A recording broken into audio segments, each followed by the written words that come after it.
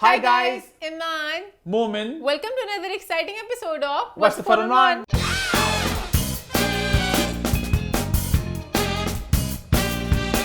जी हाँ, हम वापस आ चुके हैं एक बहुत ही मजेदार एपिसोड के साथ। लास्ट वीक के शो को आप सबने बहुत पसंद किया, बहुत एंजॉय किया। ईमान, क्या रही फीडबैक? सबसे पहले लोगों ने कहा हम बहुत प्यारे लग रहे हैं, हमारे जो पीच कलर थे, और खास तौर पे मोमेंट की शर्ट जिसने 4 चांद लगा दिए। बहुत कमेंट्स आए मेरी शर्ट तो भाई कहते ना रोला पे गया, रोला पे गया। लोगों ने बड़ी पसंद की। तो वो शर्ट थी भाई मूवमेंट ब्रांड की, बल्कि आज मैंने मूवमेंट ही पहना हुआ है। मूव करे जिनको मूवमेंट। नहीं पता, अब्दुल्ला सिजा का ब्रांड है movement and I am moving with movement. उसके अलावा हमारा जो खलील जी वाला पूरा टेक था, लोगों ने कहा हमने बहुत एंजॉय किया। हमने खूब एंजॉय किया। हाँ, बहुत हमने मजे के तरीके से किया, क्योंकि सीरियस न्यूज तो आती रहती है। हमने लेकिन आज उसका पार्ट 2 आने वाला है। जी हाँ, मैंने लास्ट वीक कहा था कहानी रुकने वाली नहीं है, तो आज का पार्ट 2 भी है, आगे बनी रही है। उसके अलावा जो आयशा जहांजेब को लेके मोमेंट आपने पूरा पॉइंट दिया था, उस पे लोग कहते थे कि आयशा की बहुत से डिफरेंट इंटरव्यूज आते हैं जिसमें कुछ बातें उनकी ना आपस में नहीं मेल खाती, तो लगता है वो झूठ बोल रही है। अच्छा, मैंने कमेंट्स में पढ़े थे अभी यार, मैंने जो देखा इंटरव्यू में, मुझे जो बात महसूस हुई, मैंने उस बात को आप तक बयान कर दिया।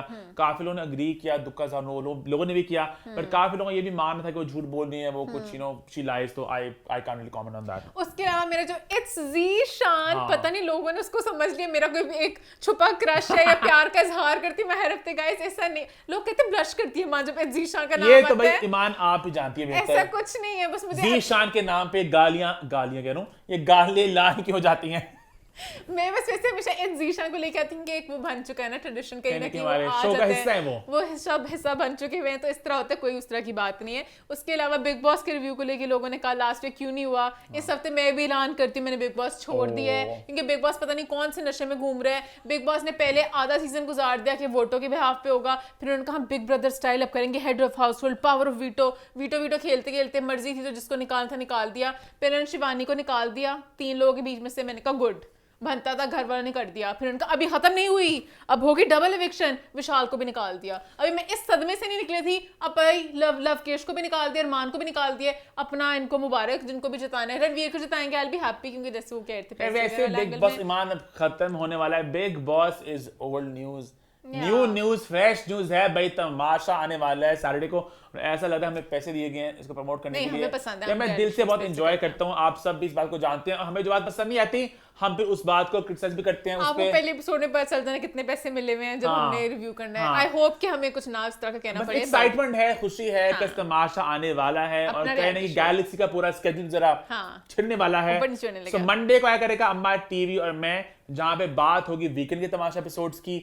उसके बाद वेडनेसडे को आया करेगा हमारा व्हाट्स द 411। जी हाँ, थर्सडे के बजाय आया करेगा वेडनेसडे को, जहां हम लोग अपना शो भी करेंगे, और साथ मंडे ट्यूसडे तमाशा घर में क्या क्या है उसकी बात भी करेंगे। और फ्राइडे को आया करेगा तमाशा के तमाशे, हमारा नया सेगमेंट, जहां पे सिर्फ तमाशा की बात होगी कि तमाशा घर में वेडनेसडे और थर्सडे क्या क्या हुआ। उसके अलावा मैं भी वही बात कहने वाला था, ईमान भूल गई। मुझे ऐसा लगा ईमान की याद। हमारे चैनल को सब्सक्राइब करें और बेल आइकन को प्रेस करें। जी हाँ, बहुत अहम है, चैनल को सब्सक्राइब करें। और इसी नोट पे शो की शुरुआत करते हैं, और सबसे पहले शुरुआत करते हैं, बात करते हैं एक ड्रामे के बारे में, एक वेब सीरीज के बारे में, जिसका नाम है बरज़ख। जी हाँ, शो की शुरुआत करते हैं, सबसे पहले बात करते हैं उस टॉपिक के बारे में जिसने सोशल मीडिया पर आग लगाई हुई है। ऑब्वियसली बात हम करने जा रहे हैं बरज़ख कंट्रोवर्सी के बारे में। अम्मा टीवी और मैं इस पर हमने बात की थी, बट काफी लोग चाहते थे कि ईमान और मैं इस पर अपना टेक दें, और काफी डेवलपमेंट सामने आए हैं। आसिम अब्बासी शो के जो डायरेक्टर हैं, उन्होंने अपना टेक दिया इसके बारे में, और सोशल मीडिया भरा हुआ, लोग वीडियोस बना रहे हैं इंस्टाग्राम पर, यूट्यूब पर, अपनी राय का इजहार करें, हम लोग अपना टेक देंगे। बट मैं चाहता हूं हमारी वीडियो, हमारा शो और हमारा जो कमेंट सेक्शन है ये थोड़ा मुख्तलिफ हो। हम एक डिफरेंट अप्रोच यहाँ पर लेकर आए कि हम सब एक डिस्कशन करें, एक कॉन्वर्सेशन करें। एक बात यहाँ पे एस्टैब्लिश मैं कर दूं, हम लोग परफेक्ट नहीं, हमने कभी ये बात नहीं बोली, हर कोई सीख रहा होता है। और अगर किसी के पास कुछ सिखाने को है, इल्म है, आप बांटें, आप शेयर करें, क्योंकि अभी कहीं ना कहीं एक मेजॉरिटी एक तरफ है और एक माइनॉरिटी एक तरफ है। मैं चाहता हूँ कि कमेंट्स में लड़ने के बजाय और गाली देने के civilized बजाय तरीके से। अगर कोई बंदा माइनॉरिटी से आके कुछ कमेंट करता है, अपनी राय का इजहार करता है, तो उसके साथ एक डिस्कशन किया जाए, उसको एंगेज किया जाए। कभी भी वायलेंस को प्रमोट नहीं करना चाहिए। हर चीज अगर एक बात से समझाई जा सकती है तो आप आराम से Having said that, I want to make it ultra clear कि एक बात, चाहे वो मेजॉरिटी हो चाहे वो माइनॉरिटी, एक बात एक फैक्ट है अक्रॉस द बोर्ड कि LGBT की बात हो रही तो इस्लाम में इसकी कोई जगह नहीं है। It is un Islamic, it is not allowed, और ये एक फैक्ट है। हाउएवर एक इस साइड से आर्गुमेंट ये भी आता है कि और बहुत कुछ भी अन इस्लामिक माशरे में हो रहा है। इस पर ये बात हम दोनों कहना चाहेंगे कि एक बंद खिड़की के पीछे कोई इंसान क्या करे, इस नौता गुनाह है, इस लेवल का वो उसका और अल्लाह का मामला, उसकी है, अपनी वो भी कब्र है, गलत, बट वो उनका अपना मामला है, उनके अपने अमाल हैं, उनके ऊपर आप कुछ डंडे और नहीं हम मार ये सकते। डिस्कशन उनके ऊपर नहीं करें कि क्या गुनाह लोग कर रहे हैं, सही जा रहे हैं, गलत जा रहे हैं। वैसे भी कहते हैं गुनाह पे पर्दा डालना चाहिए, ये हमारा डिस्कशन यहाँ पर नहीं है। हमारा मेन डिस्कशन यहाँ पर ये है कि क्या जो बरज़क शो में थीम्स को एक्सप्लोर किया गया है, जो टॉपिक को लेके शो बनाया गया, क्या उसकी जरूरत थी? जो बहुत सी ऑडियंस देखेगी, पूरी सोसाइटी उससे इम्पैक्ट होगी। And the answer is no. Because मेरा ईमान और ईमान मुझसे अग्री करिए कि मेरे ख्याल से बरज़क में जो टॉपिक्स और थीम्स को उठाया गया है, एक पाकिस्तानी ड्रामा जो पाकिस्तान में लगना, इसकी जरूरत नहीं थी। और इससे पहले हम इस पर और बात करें, मैं ये बात यहाँ पे कह दूं कि दुनिया भर में बहुत से ऐसे मुल्क हैं जिनको हम प्रोग्रेसिव कहते हैं, तो वहां पर बहुत सा ऐसा कंटेंट बनता है जहां पर आवाज उठती है, रेजिस्टेंस मीट करनी पड़ती है, और कभी कभार आप सोच के हैरान होते कि हैं इस बात पर। हाँ। और इंडिया में हर जगह, दुनिया भर में तो ये बात है कि हर जगह नो गो जोन्स होते हैं। अभी महाराजा फिल्म आई नेटफ्लिक्स पे, बहुत आवाज उठी। पद्मावत का आप सबको याद होगा, लोगों ने कहा था हमारे कल्चरल सेंटिमेंट्स को हर्ट किया गया है, उनको सेंसर किया जाए, नाम बदला जाए, वगैरह वगैरह। एवटार के एग्जांपल दिमाग में आते हैं कि चाइना में उसको उन्होंने कहा कि भाई यहाँ पे कहीं ना कहीं बगावत के हमारे आइडियाज को कहीं ना कहीं ये लेके जा रही है। मुझे याद है जब जोकर आई थी, मैंने खुद जब मूवी देखी थी, उन्होंने इतने अच्छी तरीके से ग्लोरीफाई किया था। वो विलन था, मुझे लग रहा था उसके एक्शन से जस्टिफाइड, अगर उसने ये किया वो किया तो थोड़ा नेगेटिव गलत सेट होता है। 30 Reasons Why में भी जब वो सारा सीन था, सुसाइड से बहुत आवाज उठाई गई थी कि भाई ये एक ग्लोरीफाई किया जा रहा है इस चीज को, तो दुनिया भर में आवाज उठती है। और गेम ऑफ थ्रोन्स में वो जो इंसेस्ट वाला था, हर चीज, बहुत से टॉपिक्स हैं जो लोग नहीं कबूल करते हैं। ये नहीं है कि सिर्फ एक, हम अगर पाकिस्तान में बैठे हुए हम लोग भाई दकियानोसी सोच वाले, इनको नहीं पता, वो वाली चीज गलत है। हर जगह कुछ ना कुछ बातें हैं। और रिलीजियस सेंटिमेंट्स की जहां तक बात है, वो तो खास तौर पर दुनिया भर में इसका खास ध्यान रखा जाता है कि यहाँ पर अगर किसी की दिल आजारी होगी तो इस चीज को अवॉइड किया जाए। अब भाई आते हैं हम लोग बरज़क के ऊपर। तो बरज़क के भाई 4 एपिसोड्स आ चुके हैं यूट्यूब पर, 6 एपिसोड्स का ये वेब शो है, और इसमें एक थीम, हालांकि बहुत से थीम्स हैं जिन पे हल्की की आवाजें उठ रही हैं। मेन के लिए बात हो रही है LGBT उस स्टोरी लाइन को लेकर, जहां पे एक किरदार की एक ये कहानी है जहां पर दिखाया गया कि बचपन से उसने कहीं ना कहीं अपने अंदर एक चीज को सप्रेस किया। तो इस ड्रामे में बहुत सी बात हुई ट्रॉमास को लेके कि पास्ट में जितने भी किरदार हैं सबके कहीं बहुत मसले मसाइल हैं, जिंदगी में रह चुके, बहुत दुख रह चुके, बहुत अनरिजॉल्व बातें हैं, बहुत ही मेस्ड अप सी फैमिली डायनामिक है पूरा। हर एक बंदा पता नहीं क्या हरकतें कर रहा है, क्या उनके एक बंदा नहीं कोई है जो पॉजिटिव, जो बंदा के इसको देख के खुशियां मिल रही है। पूरा ड्रामा एक तो डार्क तो हो ही गया, हर बंदे के मसले चल रहे हैं, एक बंदा कोई खुश नहीं है इस ड्रामे के अंदर। बहुत हेवी ड्रामा भाई, बहुत ज्यादा हेवी है। मुझे मसला ना LGBTQ के अलावा भी जो सारे टॉपिक्स डिस्कस किए ना, उन्होंने जिस तरह उन्हें ग्लोरीफाई किया। अब जो भी बंदा, अगर एक मर्डर है उसको भी लग रहा है अच्छा वो बेचारा पता नहीं सप्रेस हुआ था, उसने पता नहीं बर्ड को क्यों मारा, उसने पता नहीं उसको क्यों मारा। तो मुझे इस एपिसोड में वो जो एपिसोड में 4 थी मैंने देखी अभी, तो उसमें वो जो ईमान सुलेमान का पूरा सीन था सुसाइड, वो भी थोड़ा सा जरा उसकी प्रेजेंटेशन बड़ी बड़ा रोमांटिसाइज मुझे लगा, ये मेरी टेक है, मुझे उस तरह लगा है ना। अब उस तरह जिस तरह दिखाने लग रहे, अच्छा हाँ, और लाइक मतलब कि माओ के साथ कितना कुछ शुरू में होता है। खैर I haven't been through that, जब होंगे मे बी प्रेग्नेंट तो उसके बाद पता चलेगा कि इतने मसले होते हैं, हस्बैंड सपोर्ट नहीं करते तो हर कोई सुसाइड करने चल जाए। तो अब कहीं ना कहीं दिखा रहे हैं कि मुश्किलें हैं तो आप ये करें, आप हल नहीं दे रहे तो आप उसको बुरे वे में दिखा रहे हैं। बड़ा खूबसूरत कमेंट पढ़ा, पत्नी मैंने कहा कमेंट पढ़ा था,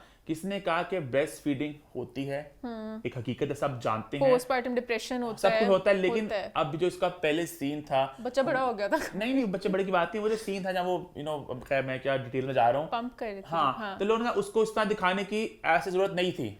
हाँ, तो कुछ सीन्स उन्होंने खुद भी जरा शॉक वैल्यू के लिए डाले कि लोग बोलेंगे हो हाय, शॉक वैल्यू के लिए डाले, तो वो भी कहीं नहीं करे। मुझे बस ये हो रहा है कि हर चीज में सिंपैथाइज। अब इवन जो अभी मैं एपिसोड 4 देखा था, मैंने कहा अभी 600 मसले और चले बीच में, साइकेडेलिक्स भी आगे बीच में, ड्रग्स भी आगे बीच में, हर चीज, हाँ, श्रूम्स, जो हालांकि क्या वो भी इस तरह दिखाया कि देखो आपकी रंगीनियां आएंगी, वहां से चॉकलेट मेल्ट होगी। मैंने सुनी हुई थी बातें कि पता नहीं क्या होता है, वो ये उन्होंने दिखाया कि अच्छा उसमें से ये होगा वो होगा, आपको कलरफुल दुनिया नजर आएगी। तो वो भी कितने नॉर्मल तरीके से आराम से कहा चलो चलो फैमिली, तुम लोग के मसले चल रहे हैं अपनी डिसफंक्शनल सी फैमिली में, और तुम सबको श्रूम देती हो, अपने अपने मसलों को हल करो।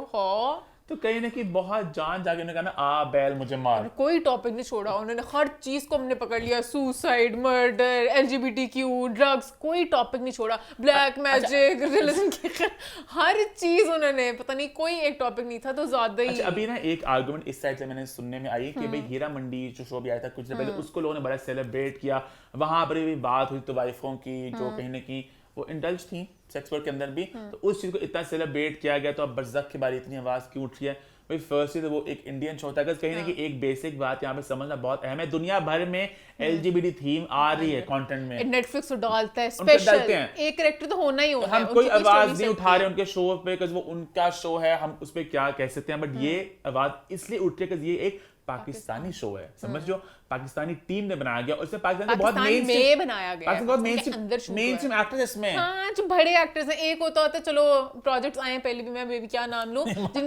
जिनका उस तरह से फेम नहीं, जो आइलैंड वगैरह टाइप उस तरह से नहीं हो सकता क्योंकि बड़े नाम नहीं थे जुड़े हुए।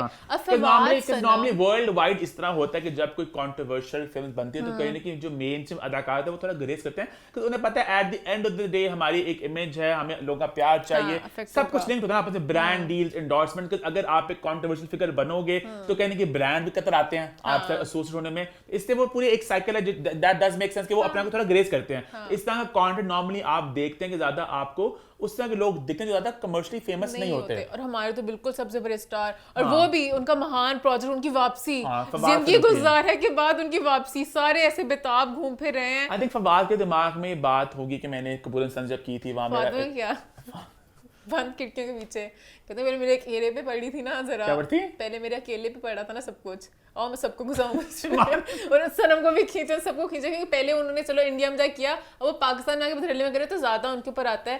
खैर मेरे तो जरा रास्ते कट गए ना फब्बू से। क्या मतलब? आज शो के बाद तो फब्बू ने मुझे धिक्का भी नहीं, फब्बू ने सीधा गोली मार वही मैं आधा बरसक में फंसी हुई थी कि फब्बू मेरे रिश्ते का क्या होगा, खत्म। पहली सारा वो ब्रिज जल रहा था, अब तो बहुत जल के राख हो चुका है। हम लोग आई थिंक इतना भी जल के राख नहीं हुआ। आई थिंक फवाद को भी डीप डाउन कहीं ना कहीं इस बात का एहसास होगा कि नहीं होगा। खैर अच्छा, मुझे इस प्रोजेक्ट से लिंक ये था, ठीक है आपने करना था नहीं करना था, आप इसको इस तरह प्रमोट नहीं करते कि आप अपनी लोकल ऑडियंस को आके कह रहे हैं कि ये ड्रामा इसी बात को बिल्ड करते एक बात मैं यहाँ पे ऐड ये भी करना चाहूंगा जो मैंने बात की भी थी अम्मा टीवी और में कि this show is out on YouTube for all to see, right? अगर ये शो आता Z5 पर आता, नेटफ्लिक्स पर कहीं पर भी आता और उस ऑडियंस के लिए बनाया गया था तो शायद इतना शो ना बचता, क्योंकि कंटेंट एक्सेसिबल भी ना होता। और वो प्लेटफॉर्म्स इस तरह कंटेंट आते हैं, हमारे यहाँ पे YouTube पे कोई ड्रामे नहीं देख रहा होता, सिर्फ पाकिस्तानी ड्रामे YouTube पे देखे जाते हैं। अभी जो चुड़ैल्स आया था आसिम आसिफ का शो था, उसमें पूरा एक सीन था, उस पे इतना शोर नहीं उठा, शोर नहीं मचा, क्योंकि वो सीन लोगों ने देखा ही नहीं।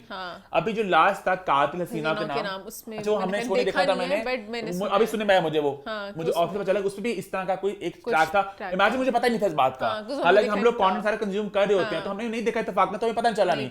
वो आता है YouTube पे, इतना प्रमोट होता है कि इसको प्रमोट बहुत किया उन्होंने, और बार-बार था कि अच्छा प्रमोट क्यों किया इसको, मुझे खुद नहीं समझ लगा पाकिस्तान में तो प्रमोट क्यों किया जाता है। इंटरव्यूज पे इंटरव्यूज हो रहे हैं, आप करते सिर्फ ग्लोबल ऑडियंस के लिए कि हम भी आ रहे हैं, हम उस चीज को प्रमोट करना चाहते हैं, हम बाहर कर रहे हैं। मतलब आपको पता ना, आपका कंटेंट इस तरह का है ही नहीं कि बहुत ज्यादा कि मेन स्ट्रीम कमर्शियल शो तो नहीं है कि भाई इसे बहुत ज्यादा व्यूज आएंगे, रेटिंग आएगी, आग लग जाएगी। आग तो लगी फिर भी, बट आपको पता लगा एक नीश ऑडियंस का शो था, तो मुझे आपकी सारा प्रमोशन का प्लान भी समझ लगा। मतलब इस तरह का जो कंटेंट होता है, आपको पता है कि इस पे लोग आवाज उठाएंगे, कहीं ना कहीं थोड़ा एक सेंसिटिव एरिया में हम जा रहे हैं, तो आप थोड़ा इसको स्मार्ट से चलते हो। अब महाराजा फिल्म आई इंडिया में भी रिसेंटली, उसका उन्होंने ट्रेलर तक नहीं काटा, तो उन्हें पता लगा कि इस तरह का टॉपिक है कि इस पे आवाज उठेगी, उन्होंने कुछ इंटरव्यू कुछ भी नहीं किया उसका। तो आपको भी इतना धड़ल्ले से इंटरव्यू देने की मुझे नहीं समझ लगा क्या जरूरत थी। धड़ल्ले से इंटरव्यू दे रहे थे, घंटे घंटे के इंटरव्यू, स्पॉइलर तो आप दे नहीं सकते अपने ड्रामे के बारे में, तो यही आके बता दे कि बड़े इस तरह के टॉपिक्स है भाई आम आवाम ना देखे। हमने बेशक उर्दू जुबान बीच में इस्तेमाल किया है, उर्दू जिनको बोलनी आती है वो बिल्कुल ना देखें, क्योंकि कहीं ना कहीं ये पता ये बात हमने अम्मा टीवी में भी बोली थी कि हम इंटरनेशनल बात करें, इंटरनेशनली ये हो रहा है, इंटरनेशनली हो रहा है, तो वो छोटी छोटी बातों का भी शुरू बताते हैं कि आपको इस बात से आप इफेक्ट हो जाएंगे, वो बल्कि आपके एपिसोड का स्पॉइलर दे देते हैं पूरा। आपको पता चलता है इसमें कुछ होना है, इस तरह का ये कंटेंट आने सब बता देते हैं सब इसमें बता देते हैं, A to Z। तो आपको भी इस तरह कुछ वार्निंग देनी चाहिए थी कि ये भी अडल्ट के लिए शो बनाया गया है, इसमें इन थीम्स को एक्सप्लोर किया गया है। देखना भी अपने रिस्क पे देख लो। अब देखने में लग रहा है बच्चे ड्रामे के अंदर हाँ। बच्चों के जोक्स जो बच्चे क्रैक करते हैं। Are you a Greystone? Really wish you were on top of me. मतलब आपको पता आपके शो में किस तरह की थीम्स हैं, क्या कंटेंट, आप किस तरह की बातों को एक्सप्लोर कर रहे हैं। आपने इसको प्रमोट कराया पाकिस्तान में धड़ल्ले से, फिर आपने इसको यूट्यूब पे फेंका, कहीं ना कहीं लोगों को इनकरेज किया। आपको पता है आगे क्या लोग देखने वाले हैं और क्या इस पे रिएक्शन आएगा, तो पता है इस सब को आराम से लोग अवॉइड कर सकते थे। मेरा एक सजेशन है जो मैंने अम्मा टीवी में भी दी थी कि यूट्यूब पे जब इनका शो आना था इसको थोड़ा ऑल्टर करके ले आते। एक तो जो जी वाले ना, जिंदगी वाले, जी5 वाले, इनका हाथ बहुत साफ है यूट्यूब के ऊपर। इन्हें पता है क्या ब्लॉक करना है, कहाँ पे क्या लगाना है। याद है कुछ साल पहले इनकी जब आए थे, इनकी पूरी एक स्लेट आई थी कंटेंट की, तो मैं बड़ा था एक्साइटेड उसका ट्रेलर देखने के लिए यूट्यूब पे। तो ट्रेलर यहाँ पे चले नहीं और ब्लॉक थे पाकिस्तान में। वैसे इस तरह बाहर भी लोग करते हैं, ज्यादा एबीसी, याद है जमाने में एबीसी सीबीएस वाले हम देखते थे शोज, तो उनका भी ट्रेलर पाकिस्तान में नहीं चलते होते थे। तो ये एक चीज होती है जहां पे आप सर्टन कंटेंट को रीजन में कर देते हैं ब्लॉक। कभी कभी ऐसा भी होता है कि एक ही कंटेंट के डिफरेंट वर्जन बनाए जाते हैं, ये लगेगा इस रीजन में, ये लगेगा उस रीजन में। तो सिमिलरली आपको पता था आपका शो है, ये पाकिस्तान में देख रहे हैं, पाकिस्तानी एक्टर्स है, पाकिस्तानी टीम है, तो लोग इसको कहेंगे खुशी से देखेंगे। तो आप आराम से कुछ चीजों को एडिट करके एक उसका डिफरेंट वर्जन बना सकते थे। कितना मासूम है मेरा भाई, क्यों करेंगे मोमिन वो?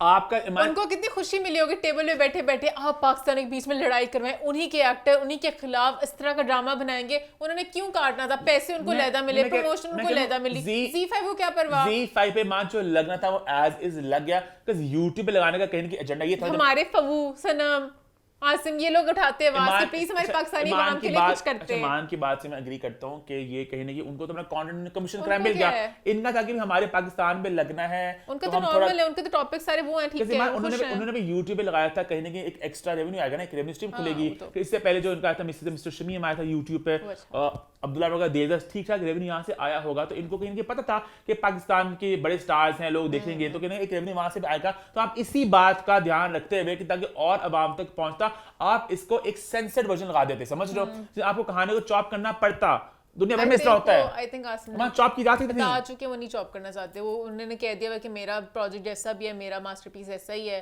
तो मास्टरपीस। फिल्मों का ट्रेलर जब आते हैं यूट्यूब पे लिखा नहीं होता ये अडल्ट वाला ट्रेलर है, रेड बैंड ट्रेलर है, दूसरा तो हो सकता है। पर शुक्र है इस मास्टरपीस को अब लोग ऐसा ऐसा कम देख रहे हैं, व्यूज कम आ रहे हैं। व्यूज कम आ रहे हैं, और बस मैं तो कह रही हूँ व्यूज के ठीक ठाक कम होते जा रहे हैं। डे 1 से व्यूज कभी बहुत ज्यादा इसमें आने भी नहीं थे, अगेन वो एक नीश ऑडियंस का। मुझे LGBTQ के अलावा भी ना जो सारे इन्होंने जिस तरह सिंपैथाइज करवा रहे हैं ना हर एक गुनाह के साथ, मैं उस सब चीज के खिलाफ हूँ। तो मैं तो हाँ, तो कहीं ना कहीं लग रहा था उसने बेचारी ने सुसाइड कर ली, उसको बाप उसका वो साथ नहीं देता था। अब इवन जो पूरा फैमिली स्ट्रक्चर दिखा रहे हैं, अब बाप कह रहे हैं कि मैं अपनी पुरानी प्रेमिका के लिए जाना चाहता हूँ, मेरी अपनी रिस्पॉन्सिबिलिटी क्यों, मैं अपने बच्चों के लिए जिंदा रहूं। हर कोई कह रहा है कि मैंने अपना सोचना है, सेल्फिश होके। होता है फील एक पंडोरास बॉक्स में खुलता बातों को लेके, तो वो मैं कहने की एक प्रोजेक्ट है, उसको मैं एक क्रिएटिव लिबर्टी देनी चाहिए हमें। अच्छा, बस एक बात कहूंगी, बहुत सी चीजें आपको as a family, as a unit करनी पड़ती हैं, सैक्रिफाइस इकट्ठे प्यार में। ईमान बट वो ये बात आई डिसएग्री, वो तो ईमान दिखा रहे हैं कि जो आपके space, I don't even need space, इस पे आई डिसएग्री। तो वो कहने के दिखा रहे हैं कि ईमान असली में इस तरह होता है कि बाप होते हैं, बट डिसफंक्शनल फैमिलीज होती हैं। तो एक डिसफंक्शनल सी फैमिली जहां का जो है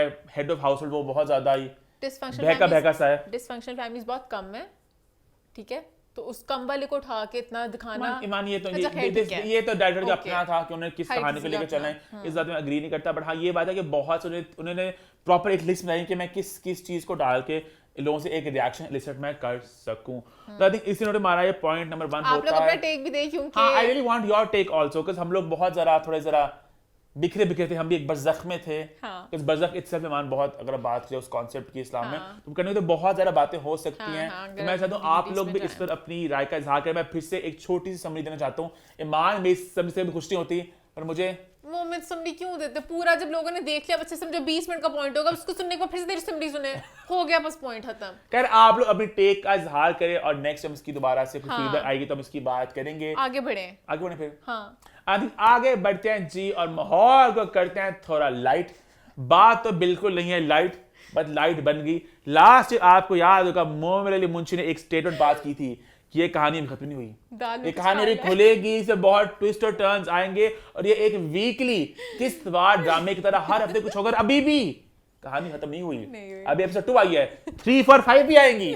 जी हाँ, बात हम लोग कर रहे हैं खलील रुवान कमर के नए ड्रामे के बारे में, जो उनकी अपनी जिंदगी पे ही बेस्ड है और जिंदगी पे ही चल रहा है। ये बड़ा एक मेटा किस्म का मोमेंट है ना। खैर ईमान स्टार्ट करें फिर हाँ। भाई स्टार्ट करते हैं कहानी को वहां से आगे लेकर चलते। लास्ट वीक आप सबको याद होगा खलील साहब के इंटरव्यूज आने लगे थे जहां उन्होंने बात की थी कि मेरे साथ ज्यादती हुई, मुझे किडनैप किया गया और बड़े खुश थे कि उन्होंने अपना एक विक्टिम वाला नैरेटिव फैला दिया। बट वहां भी वो एक धड़ल्ले से आ रहे थे। हाँ। उन्हें जरा भी शर्मिंदगी और दुख नहीं था। हाँ। वो ऊपर से ही आ रहे थे। हाँ। अब आगे होता ना रिकैप के बाद आप आगे सो भाई हसन शाह का नाम सुनने में आ रहा था जो भाई इस गैंग के लीडर थे। हाँ। जिन्हें पूरी ये जो हनी ट्रैप कराया गया खलील साहब को और जो फंसा गए बहुत एक गंदी गैंग का। मैं थीम म्यूजिक देती रहूंगी जब कोई बात होगी। तो हसन शाह से भी किया गया इंटरव्यू, उनसे पूछा गया भाई एग्जैक्टली क्या है मामला, क्या है माजरा, क्या है 411। तो उन्होंने पहले कहा भाई हम कोई गैंग नहीं है कि मेरा कोई गैंग या मैं हमको लोग किडनैप नहीं करते, हम बड़े अच्छे लोग हैं, मेरी एक सियासी फैमिली है, मेरी एक जिम्मेदार फैमिली। उन्होंने इस बात को 3-4 बार रिपीट किया। हम सियासी फैमिली से हैं। जरा जॉब्स हैं उन्होंने जरा कहा मेरा 100 एकड़ का पूरा एक एरिया में नाम है। लोडेड 100 एकड़ का मालिक भी हूँ। हालांकि इन ज्यादा ये ना अपने आप को थोड़ा सा रिप्रेजेंटेबल हुलिये में रख के ये बात बोलते तो हम सर बात ही क्यों करते। हाँ। वो लगा नहीं बातें जरा ना मैच नहीं होती। गुंडा वाइब्स दी उन्होंने। उसके बाद उन्होंने कहा भाई कि जो वीडियो है ना आमना अरूज के साथ जो बनाई गई थी वो बनाई गई थी ब्लैकमेल पर्पस के लिए। और यहाँ पे फर्स्ट स्टेप इंकशाफ हुआ इस बात कि वीडियोस एग्जिस्ट करती हैं। तो पहले हवाई बात थी वीडियो है नहीं है मे बी, तो उन्होंने कहा वीडियो एग्जिस्ट करती है, ब्लैकमेल के लिए बनाई गई है। और खलील उमान कमर जो है वो कहीं ना कहीं आमना से फिजिकल होना चाह रहे थे, ये उससे फिजिकल होना चाहता है और कहीं ना कहीं आमना ने उनको मना कर दिया। लड़की दोनों दफा बहाने बना के इसको टालती है।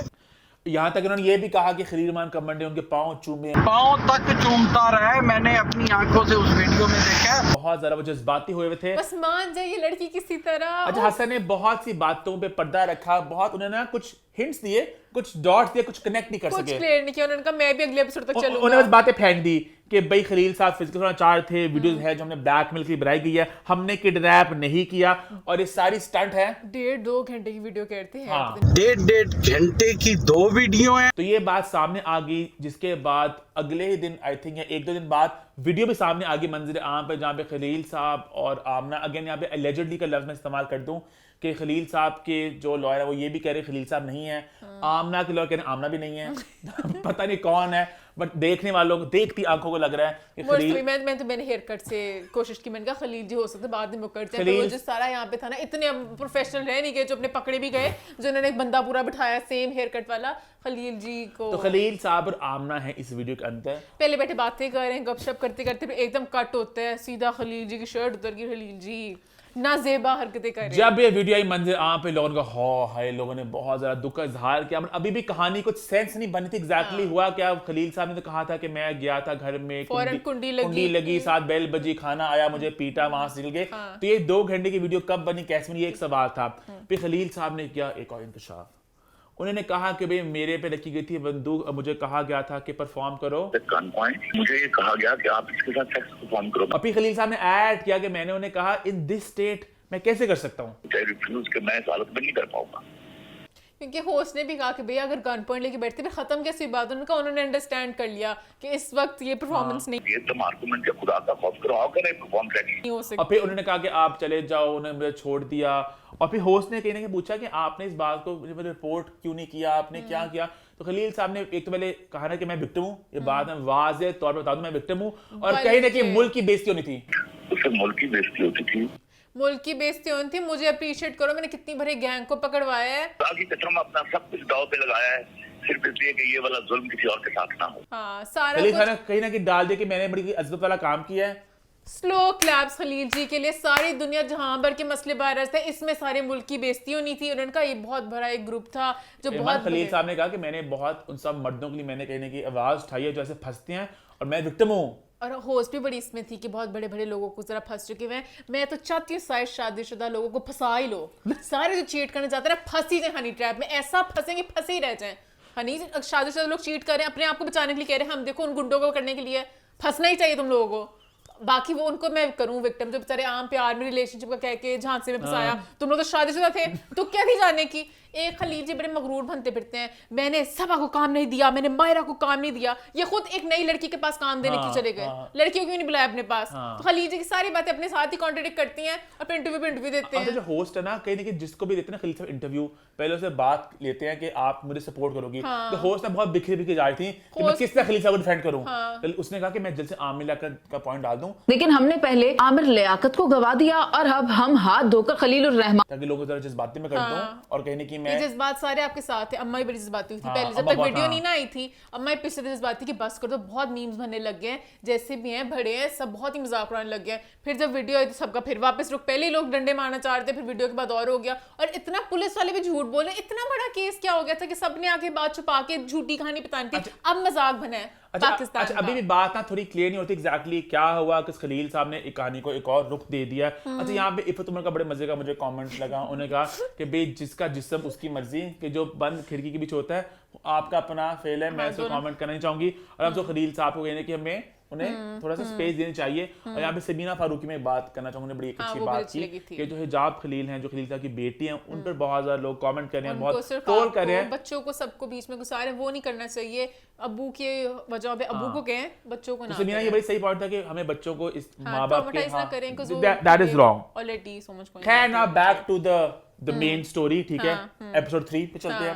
अच्छा, यहाँ पे अब तक ये हो चुकी बात कि खलील साहब को कहने की मजबूर किया गया और अब आमना फिर से आ गई गंदी लाइट में, ठीक है। मजबूर करना था, मजबूर सारा इस तरह ही करना था, कुछ अलहदा खलील जी की अकेली वीडियो नहीं बन सकती थी। सारा मजबूर था कि लड़की के साथ ही मजबूर करना है, जिसमें खलील जी 2 घंटे एंजॉय भी करते सोए बैठ बैठे। एंगल भी इस तरह का था कि साइड से। मैं फिर से आपको रिकैप दे दूं कि अभी हसन ने कहा कि आमना है इनोसेंट, खलील साहब है बिग बैड वुल्फ। खलील साहब ने कहा आमना है बिग बैड वुल्फ, मैं हूं इनोसेंट। और यहाँ मैंने एक वीडियो देखी जहां पे आमना भी इमान तैयारी करी थी, मतलब के शूट करने के लिए खलील साहब को, तो थोड़ी मुझे अजीब लगी, मुझे रेस अब्बास मस्तान वाइब्स आई। तो वो सब वो करते ना, इसका मतलब दोनों बैड वुल्फ्स हैं, खलील साहब भी और आमना भी। प्लान ही था, अरूज वाला तो पूरा वो प्लान ही था। इस पार्ट में मैं थोड़ा कंफ्यूज था एग्जैक्टली क्या हो रहा है, कि मतलब क्या सारा मामला है। फिर उसके बाद अब एक और वीडियो सामने आई जहां पे जो आमना अरूज के लॉयर है वो कहीं ना कहीं आमना की बात रख रहे हैं, आमना की पूरी स्टेटमेंट को बयान करें।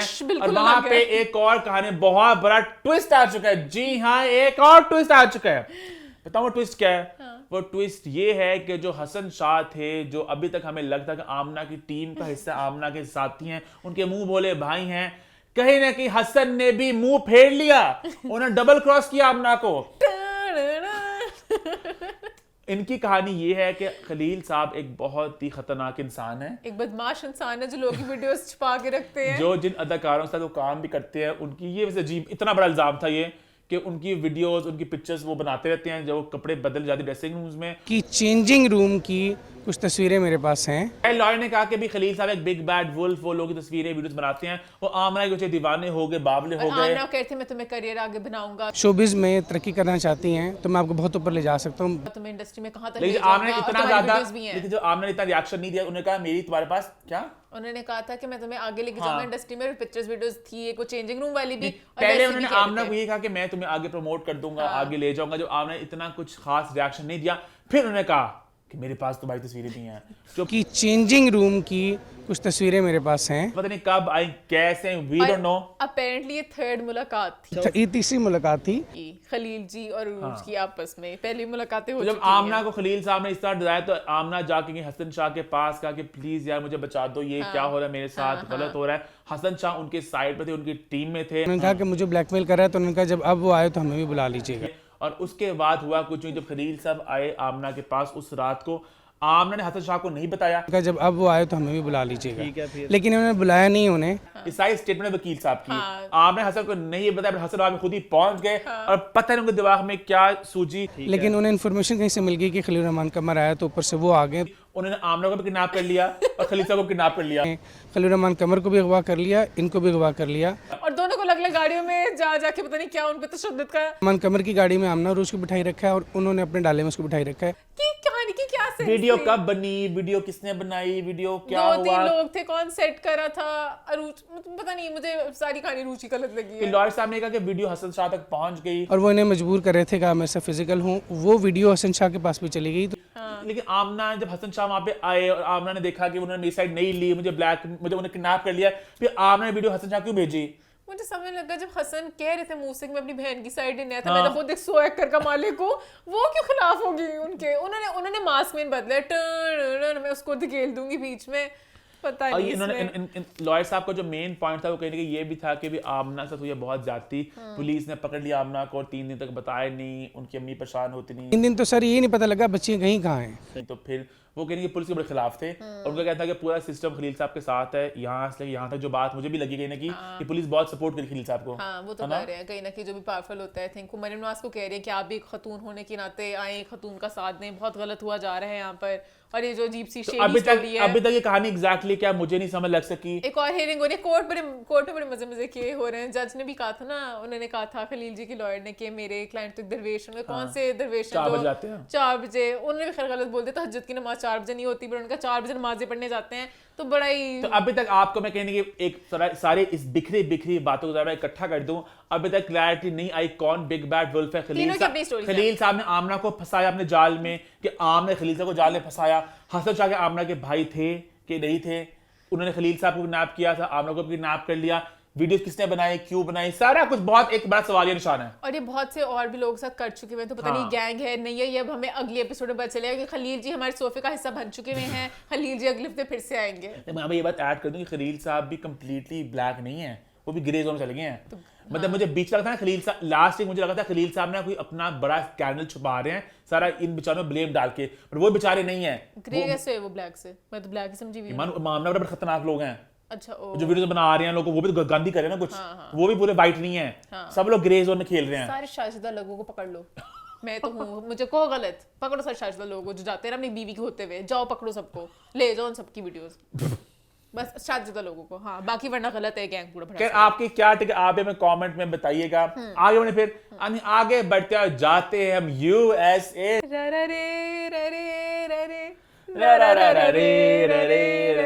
जी हाँ, बात हम कर रहे हैं युमहाज की, यानी कि युमना जैदी और वहाज अली की, जो भाई ये क्या, अच्छा लुक्स की बात कर रहे हैं, बहुत हॉट लग रहे थे दोनों, जो एक के बाद एक लुक पे फेंक रहे हैं। वो इस वक्त मौजूद है यूएसए में, जहां पे वो एक प्रमोशनल टूर पे जा रहे हैं। और ये बड़ी इंटरेस्टिंग मुझे बात लगी, मुझे नहीं याद पड़ता मैंने इससे पहले प्रॉपर एक टूर देखा किसी का, मतलब एक जगह जाते हैं, 2 जगह लोग जा चुके हैं पहले, पर प्रॉपर एक 4-5 लोकेशंस पे पूरा उन्होंने लोकेशन दिया कि हमारा टूर है, उनका पूरी ऐसी पिक्चर बनी हुई ग्राफिक्स के साथ, बड़ा अच्छा लग रहा है कि ऐसे पूरा ड्रामे को प्रमोट करने जा रहे हैं, पोस्ट शो प्रमोशन। या ईमान बेसिकली तेरे बिन के बाद वहाज और यमुना को लेकर लोगों ने बहुत ज़्यादा इंटरेस्ट था, लोग उन्हें मिलना चाहते थे।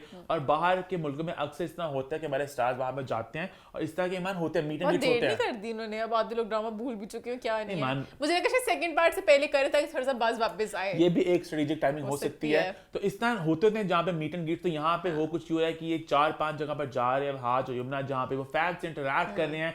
और कहीं ना कहीं ऐसा लग रहा है कि वहाज और यमुना के साथ साथ यहाँ पे मुर्तसिम और मीरा भी मौजूद हैं, क्योंकि वो ड्रामे की इतनी ज्यादा एक यूफोरिया, इतनी हाइप है, बातें और सब कुछ बहुत अच्छा लग रहा है। वो डांस कर रहे हैं, वो कहीं ना कहीं बातें कर रहे हैं, और कहीं ना कहीं इन्हीं बातों कुछ लोग थोड़ा मिस इंटरप्रेट भी कर रहे हैं। बहुत एक अजीब सा, एक नास्ती किस्म का एक रूमर सा भी फैल गया, जो मुझे बिल्कुल बात पसंद नहीं आ रही। सो बेसिकली सारी प्रमोशन के दौरान, क्योंकि दोनों मुर्तसिम और मीरब की वो एक केमिस्ट्री लोगों ने पसंद किया ना, वो थोड़ा डांस कर रहे हैं, थोड़ी मस्ती कर रहे हैं, अपने फैंस को वो चीज दे रहे हैं जो पैसे लेके उस तरह से आ रहे हैं, तो उनको वो मिले चीज। लाइक शाहरुख और काजल जब जाएंगे तो दोनों कहीं ना कहीं रिकट करेंगे ना। तो कहीं ना कहीं वो लोग रोमांस देना चाहते हैं। हाँ, और जबकि रोमांस उन्होंने कहीं ना कहीं रिजर्व होके दिखाया, जो एक डांस में पहले यमुना टीज करती, थोड़ा पीछे चली जाती हैं, फिर वो आगे आते हैं, उन्होंने इतना खुल के डांस किया कि लोग बिल्कुल कुछ ना कुछ बना सके। उन्होंने बड़े एक लाइक रिजर्व। और इन्हीं वीडियोस को देख के, इसी केमिस्ट्री को देख के लोगों ने कुछ अजीबोगरीब से रूमर्स बनाना शुरू कर दिए हैं। बहुत ही नास्टी किस्म के कमेंट्स आ रहे हैं जो बिल्कुल बेतुके हैं, बेसिरे हैं और बिल्कुल अनट्रू हैं। लोगों ने भाई लिंक अप करना शुरू कर दिया है वहाज की यमुना को। और यहाँ पे कहीं ना कहीं फील कि युमहाज जो फैंडम है, इनको भी हल्का सा जरा रिस्पॉन्सिबिलिटी के साथ इस बात को लेना चाहिए कि जो इस बात को एनकरेज भी करे, आप उस बंदे को कि भाई ये एक गलत बात है, वो एक शादीशुदा आदमी है, आप एनकरेज करें। अगर दोनों सिंगल होते हैं, शायद उनकी बेटी भी है, मतलब कि आप क्या पूरी फैमिली को किस पोजीशन में डाल रहे हो, वो घर जाएंगे, बेटी भी पूछेगी, इस तरह की सारी रील्स वगैरह चल रही हैं, तो इस तरह की चीजें नहीं करनी चाहिए। आप कैरेक्टर को कैरेक्टर ही समझा करें। बट यमुना की थी बर्थडे और वहाज की वाइफ ने उन्हें बर्थडे विश करके कही थी कि इस फुल चीज को कर दिया है चैप्टर क्लोज। हाँ, उन्होंने कहा थोड़ा सा शट अप कॉल दूं कि भाई ऐसा कुछ भी नहीं है, इतनी छोटी सी बात है, हमारा स्ट्रॉन्ग वर्ड नहीं खराब हो सकता। बट कहीं ना कि इतनी ज्यादा आप जब कंटेंट बनाते रहते हो एडिट्स वगैरह, तो इफेक्ट होता है। तो असली जिंदगी की मत बनाए, ड्रामे की बनाए, ड्रामे के ऊपर आप गाने शाने लगाए, असली जिंदगी वाली चीजों को प्लीज नहीं दो। असली जिंदगी वो आई थिंक वो ये बात आपसे मैं थोड़ा डिसएग्री करता हूं, अगर वो उस पर इमोशनल वाले टूट गए तो वहां पे प्रमोशनल वाले पे एक बात हो रही है कि मोहब्बत कितनी दफा होती है। पहले वहाज ने कहती है मुझे तो भाई एक ही दफा होती है, मुझे मोहब्बत सिर्फ एक ही बार हो सकती है। उसको हंसते हंसते कहती है बट नहीं, वैसे बात तो गलत है, मोहब्बत बार बार मोहब्बत कभी भी हो सकती है, मोहब्बत की कोई लिमिट नहीं है। होते नीचे लोग उनके ही फैन पेज ने कमेंट किया हुआ है, उन्होंने चुपके चुपके बात कह दी, ही समझ जाओ इशारा। तो इस तरह की बातें कह रहे हैं कि वो हकीकत में ना लेके जाए, वो कैरेक्टर के हिसाब से जो भी चल रहा होता है वो मुझे थोड़ा मस्ती की वाइब में होते हैं। अच्छा मुझे लगा तो उन वीडियोस की बात की डांस वाली वीडियोस की, जैसे अब मुर्तसिम, उन्होंने मुंह से बोला मुर्तसिम के लिए मीरा बहुत प्यारी है, वो अट्रैक्टिव है, अब वो इस तरह से कर देंगे वहाज यमुना कह रहे हैं, तो वो वाला एंगल थोड़ा सा डर्टी चला जाता है। अगर दोनों सिंगल होते फिर मैं भी कहती आओ यमुना को जोड़े, बट नहीं है वो सिंगल। एक बार यहाँ पे मैं ये भी ऐड कर दूं कि एक ड्रामा जो बहुत बड़ा हिट बना है और कहने कि उसने इतने रास्ते खोले तो उसको हमें सेलिब्रेट करें। ऑल्दो उसमें बहुत ज्यादा कुछ थीम्स थे जो लोगों ने सवाल उठाए, कुछ चीजें थी जो बहुत गलत होगी, but at the end of the day it's this one drama जो बहुत हिट रहा है, जिसने कहीं कि पाकिस्तान ड्रामास को ऑन द मैप पुट किया। तो हम उस चीज को सेलिब्रेट करें और एंजॉय करें, इसमें रंग में भंग इस बात का ना ही रहे तो बेहतर है। तो यहाँ पे बात क्लैरिफाई कर दे कि ऐसा कुछ नहीं है, ये सब सिर्फ बेसलेस रूमर्स हैं और ये कोई इसमें सच्चाई नहीं है। बट दोनों बहुत प्यारे लग रहे थे। इवन जो व्हाइट वाली लुक थी और जो ब्लू वाली लुक थी, दोनों बहुत लुक्स पे फेंक रहे दोनों। हां, मुझे और शूट्स वगैरह करके यमुना मुझे ब्लू वाली में बहुत प्यारी लगी थी। है इसी नोट पे बढ़ते हमारे आखिरी पॉइंट की तरफ, जहां हम बात करने जा रहे हैं एक फिल्म के बारे में। जी हां, बात करने जा रहे हैं उम्र अयार के बारे में, जिसका प्रीक्वल हो चुका है तैयार। सॉरी तैयार नहीं हुआ, अनाउंस हुआ है। मां ने मुझे डिस्ट्रैक्ट कर दिया। अयारो तैयार हो, तैयार होने लगी थी, भूल गई कैसे तैयार होते हैं। उनका अयारो तैयार हो, अरे मां ने मुझे भी जरा भटका दिया। भाई बेसिकली उम्र अयार का प्रीक्वल अनाउंस हो चुका है।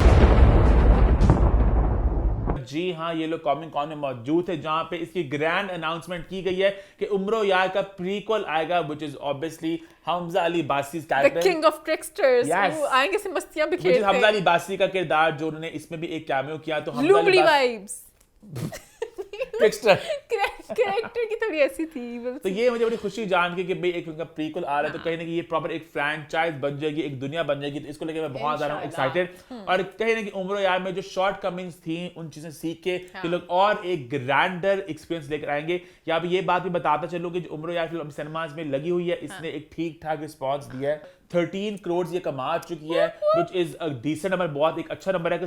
कोविड के बाद फिल्म्स कहीं ना कहीं काफी जरा पैसे वो कम कमा सक रही हैं। तो one can only hope and wish को जो इसका उम्र यार का जो प्रीक्वल आएगा हमजा अली बासी के साथ, वो इस हाइप पे बिल्ड करेगा। एक बड़ी दुनिया होगी, एक ग्रैंडर। उनका हाथ भी साफ हो गया है वीएफएक्स वगैरह पे, और जरा चीजें एक्सपेरिमेंट करेंगे तो मजा आएगा। तो we are waiting for this film. और इसी नोट हमारा शो होता है खत्म। आपको मैं एक बात यहाँ पे फिर से बताता चलूं कि भाई सैटरडे से लॉन्च होने जा रहा है तमाशा, और नेक्स्ट वीक से हमारा गैलेक्सी का थोड़ा स्केड्यूल होगा थोड़ा जरा ऊपर नीचे। मंडे को आएगा अम्मा टीवी और मैं, वेडनेसडे को आएगा व्हाट्स द 411, और फ्राइडे को तमाशा के तमाशे। इसी नोट पर शो होता है हमारा खत्म। #feedback corner, #what's the 411। YouTube पे चैनल को सब्सक्राइब कर ले, हिट द बेल आइकन और देखते रहे व्हाट्स द 411।